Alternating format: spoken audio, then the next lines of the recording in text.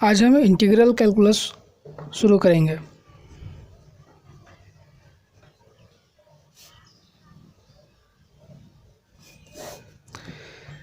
इससे पहले हम डिफरेंशियल कैलकुलस में फंक्शन का डेरिवेटिव निकालना सीख चुके हैं। फंक्शन का डेरिवेटिव एक्चुअली उस फंक्शन के कर्व पर किसी पॉइंट पर बनने वाला टेंजेंट के स्लोप के बराबर होता है। मान लो कोई फंक्शन का कर्व एक्स वाई कोऑर्डिनेट में कुछ ऐसा है और x is equal to x P पे टेंजेंट ये है। इस टेंजेंट का जो स्लोप होगा यानी tan थीटा, इसको रिप्रेजेंट करता है फंक्शन का डेरिवेटिव यानी f dash x at x is equal to x P. Differential calculus में हम सीखे थे कि कोई फंक्शन दिया हुआ है एफ एक्स, तो उसका डेरिवेटिव कैसे निकालते हैं। इस फंक्शन का डेरिवेटिव यानी डी वाई डी एक्स सीखे थे। एफ डैश एक्स इस फंक्शन का डेरिवेटिव है। वहाँ पे इस एफ डैश एक्स को बोलते थे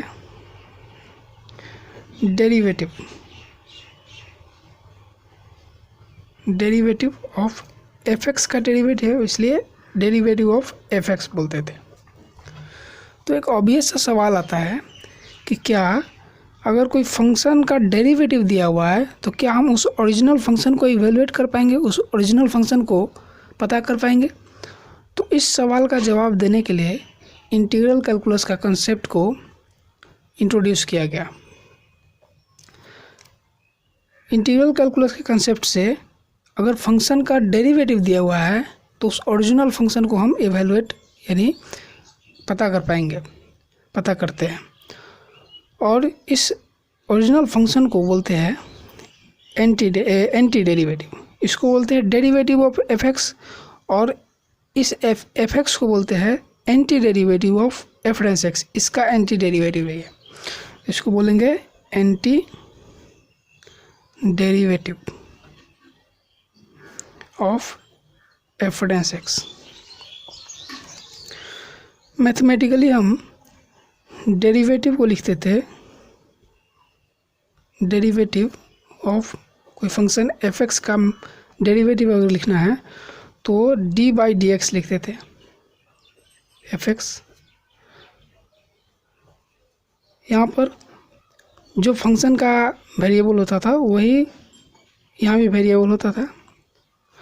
उसी तरह से एंटी डेरिवेटिव को भी मैथमेटिकली ऐसे लिखेंगे, anti derivative of F x.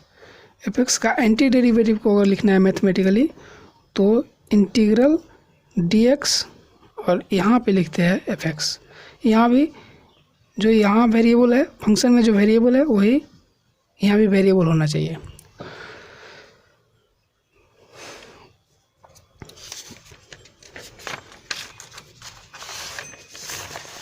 तो वो फार्मूला जिससे हम एंटी डेरिवेटिव को निकाल पाएंगे उस फार्मूला को बोलते हैं इनडिफिनिट इंटीग्रल।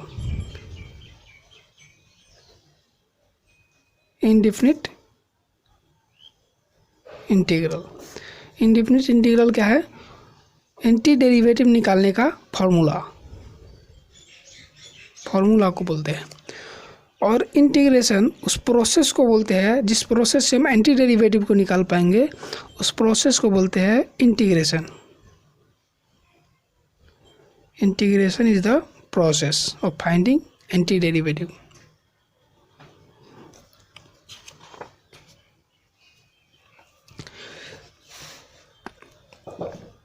अब इंटीग्रल कैलकुलस हमें दो सवाल का जवाब देता है।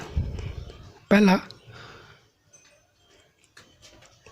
अगर कोई फंक्शन दिया हुआ है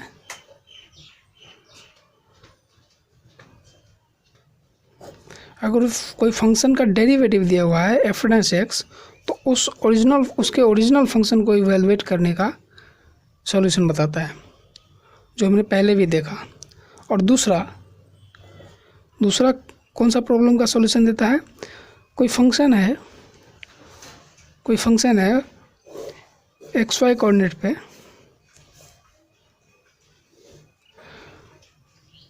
तो एक्स वाई कोऑर्डिनेट पे जो एरिया बाउंड कर रहा है एक्स एक्सिस पे, इस एरिया को फाइंड आउट करने का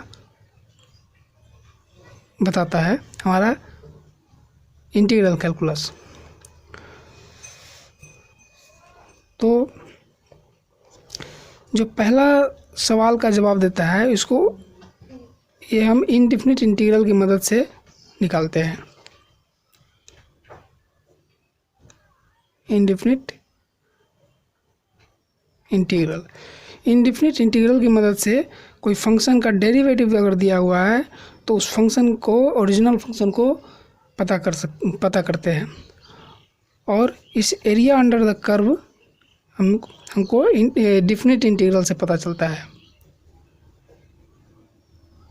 डिफिनिट इंटीग्रल से पता चलता है। तो इंटीग्रल कैलकुलस दो तरह का होगा। इंटीग्रल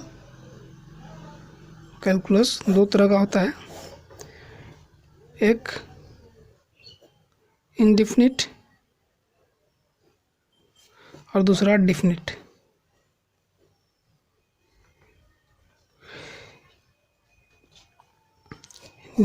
इनडिफिनिट का वैल्यू हमेशा इनडिफिनिट इंटीग्रल हमेशा इनडिफिनिट वैल्यू देता है, नॉट यूनिक। इट गिव्स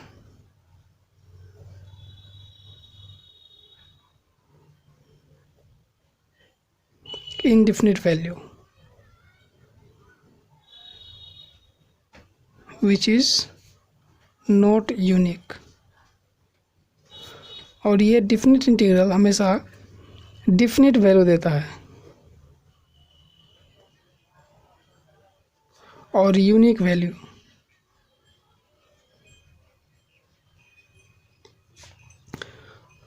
और ये फर्स्ट प्रॉब्लम का सॉल्यूशन देता है, जो हमने पहला प्रॉब्लम देखा वो ये फर्स्ट प्रॉब्लम का सॉल्यूशन देता है। Gives solution of first problem. और ये सेकेंड प्रॉब्लम का प्रॉब्लम का सॉल्यूशन देता है। Gives solution of second problem.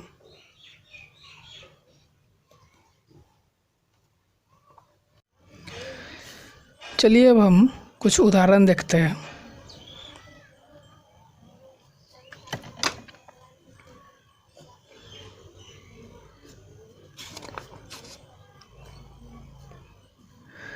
D by D x sine x ये होता है cos x. D by D x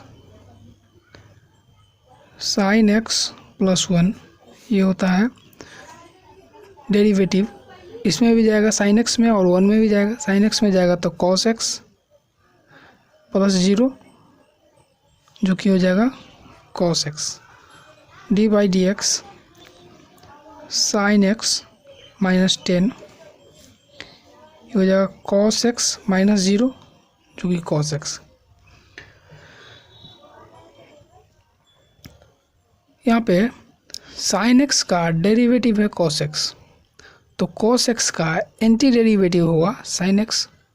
और एंटी डेरिवेटिव को मैथमेटिकली लिखते हैं इंटीग्रल साइन डी एक्स। और जिस फंक्शन को एंटी डेरिवेटिव लिखना है उस फंक्शन को लिखते हैं यहाँ पे। तो कॉस एक्स का एंटी डेरिवेटिव लिखना है तो कॉस एक्स को यहाँ पे लिखेंगे। कॉस एक्स का एंटी डेरिवेटिव होगा साइन एक्स। अगर हम सेकेंड इक्वेशन देखें तो हम कह सकते हैं कि कॉस एक्स का anti derivative sine x plus 1 है। Cos x D x sine x plus 1। अगर हम थर्ड इक्वेशन देखें तो हम ऐसा कर सकते हैं कि cos x का anti derivative sin x minus 10 है। cos x dx sin x minus 10। इस तीनों इक्वेशन से हमें देख सकते हैं कि इस एंटी डेरिवेटिव का जो वैल्यू है वो डिफिनिट वैल्यू नहीं दे रहा है। ये एंटी डेरिवेटिव डिफिनिट वैल्यू नहीं दे रहा है। cos x का ही एंटी डेरिवेटिव sin x है, cos x का ही anti derivative sin x plus 1 है, cos x का ही anti derivative sin x minus 10 है। तो ऐसे इंटीग्रेशन को इनडिफिनिट इंटीग्रेशन बोलते हैं। Indefinite integral. इसका हम जनरल फॉर्म लिखें तो integral cos x dx sin x plus कोई कांस्टेंट c। अब हम जब भी इनडिफिनिट इंटीग्रल इवेलुएट करेंगे तो एक कांस्टेंट c ऐड ज़रूर करेंगे। अब यहाँ पे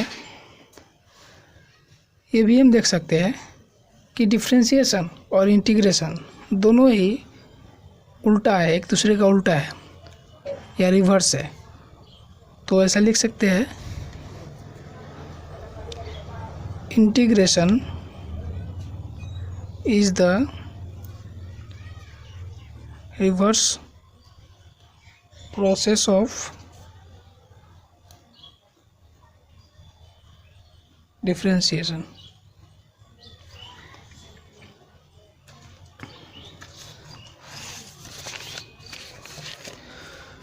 अब चलिए कुछ टर्म देख लेते हैं, some important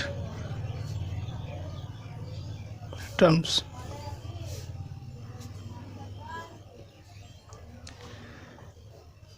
integral fx dx।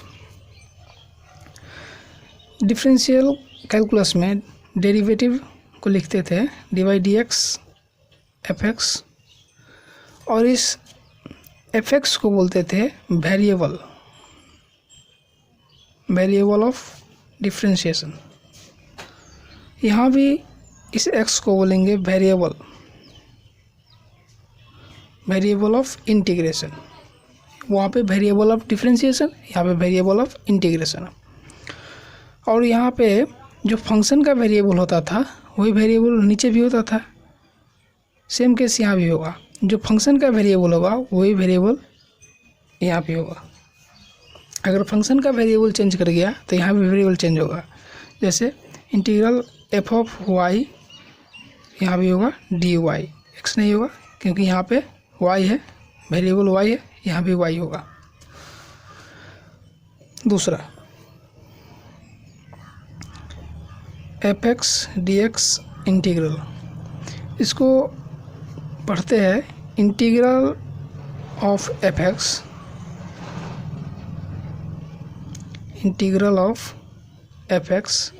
With respect to x। वहाँ पे इसको पढ़ते थे differentiation of fx with respect to x। यहाँ भी पढ़ेंगे integration of fx with respect to x या integral of fx with respect to x।